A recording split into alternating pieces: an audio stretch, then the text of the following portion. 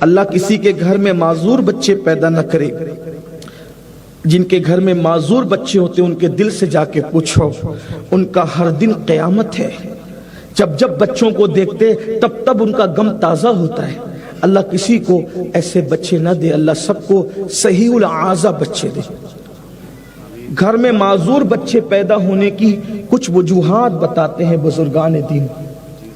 کچھ وجوہات ہیں, اس پر توجہ کر لیں, انشاءاللہ کبھی معذور بچے پیدا نہیں ہوں. نمبر 1, جو لوگ شادی سے پہلے یا شادی کے بعد زنا کرتے ہیں اور توبہ نہیں کرتے, ان کے گھر میں اللہ معذور بچے پیدا کرتا ہے.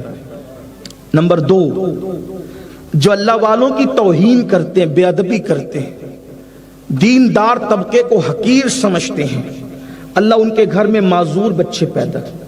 آج بھی ہے نا, تھوڑی سی دولت آ جائے تو لوگ کہتے ہیں یہ 2 کوڑی کا مولوی.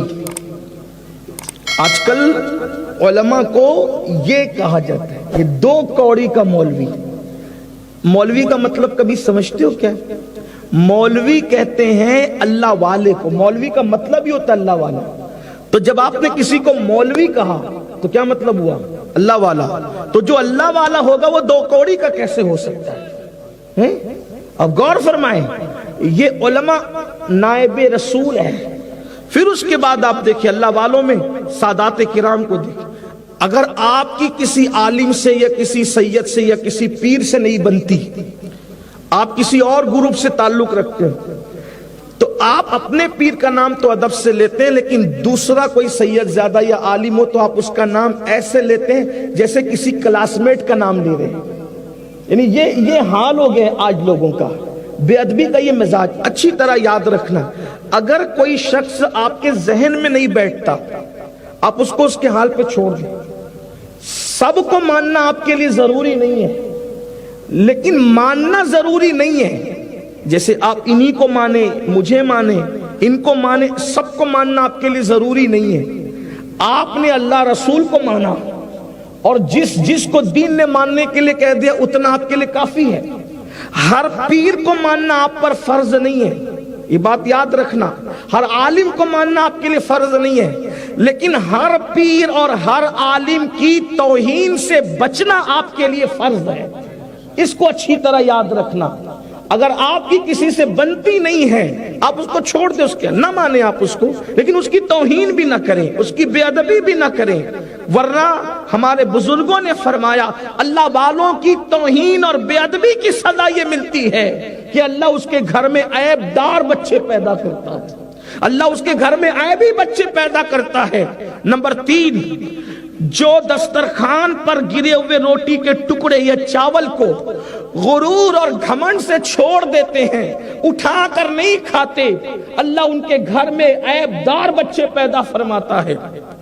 اور جو لوگ اس نیت سے دانے اٹھا کر روٹی کے ٹکڑے یا اناج کے دانے اٹھا کر کے کھا لیں عاجزی کے طور پہ کہ یہ اللہ کا رزق ہے, اللہ کا دیا ہوا رزق ہے, اس کی تعظیم ضروری ہے, تو اللہ پاک ان کے گھر میں کبھی عیب دار بچے پیدا نہیں فرماتا, بلکہ زمین پر گری ہوئی روٹی کو اٹھا کے کھانا یہ بھی رسول اللہ کی سنتوں میں سے ایک سنت ہے. حدیث پاک میں آتا ہے اللہ کے رسول صلی اللہ علیہ وآلہ وسلم ایک دن اپنے گھر میں تشریف لائے, روٹی کا ٹکڑا زمین پہ پڑا ہوا تھا. حضور نے روٹی کا ٹکڑا اٹھایا, اٹھا کے صاف کر کے فرمایا عائشہ ہمارے گھر میں روٹی کا ٹکڑا ایسے پڑا ہوا ہے, اور پھر صاف کر کے کھا لیا.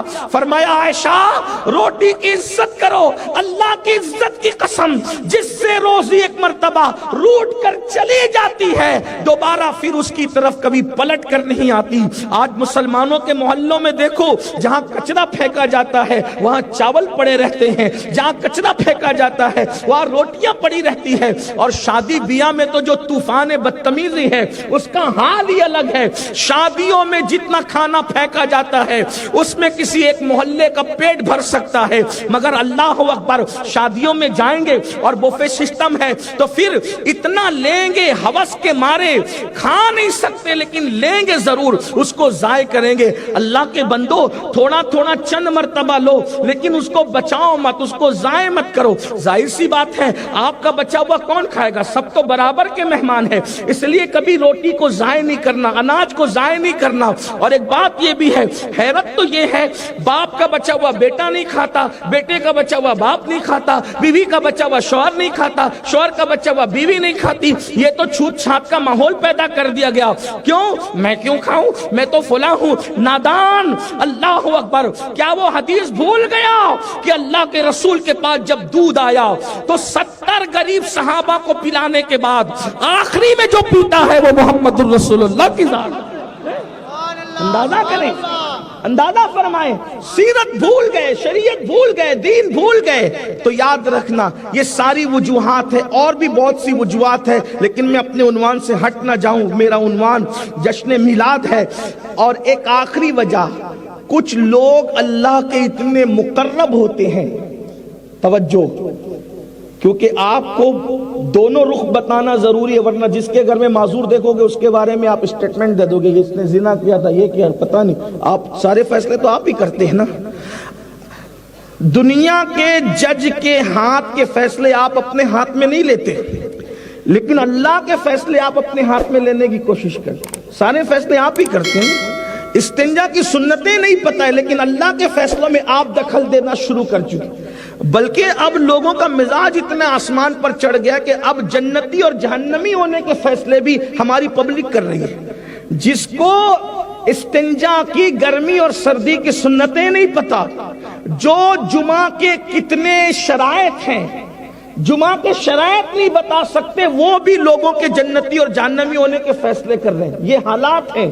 اللہ سے ڈرو اللہ کے بندو، بہت دور جا چکے دین سے، واپس لوٹو اللہ کے دین کی طرف، اللہ کے دین کے قریب آؤ۔ تو یہ ساری وجوہات ہیں لیکن ایک وجہ یہ ہے کہ کچھ اللہ کے بندے ایسے ہوتے ہیں جن کے مقدر میں ولایت لکھی ہوتی ہے کہ یہ ولی بننے والا ہے، خدا کا دوست بننے والا ہے، خدا کا مقرب بننے والا ہے، لیکن اس کے اعمال ولایت کی منزل پر پہنچنے کے قابل نہیں ہوتے، تو اللہ اس کے گھر میں کسی معذور کو پیدا کر دیتا ہے اور اس کے دکھ سے وہ دکھی ہوتے ہوتے صبر کرتا ہے، اس صبر کی برکت سے اللہ اس کو مقام ولایت عطا کر دیتا ہے۔ یہ بھی ایک وجہ اس کے پیچھے ہے۔ تو اب کس وجہ سے اللہ نے کس کے گھر معذور بچہ دیا یہ تو اللہ ہی جانتا ہے۔ یہ فیصلہ نہ ہم کر سکتے نہ آپ کر سکتے ہیں۔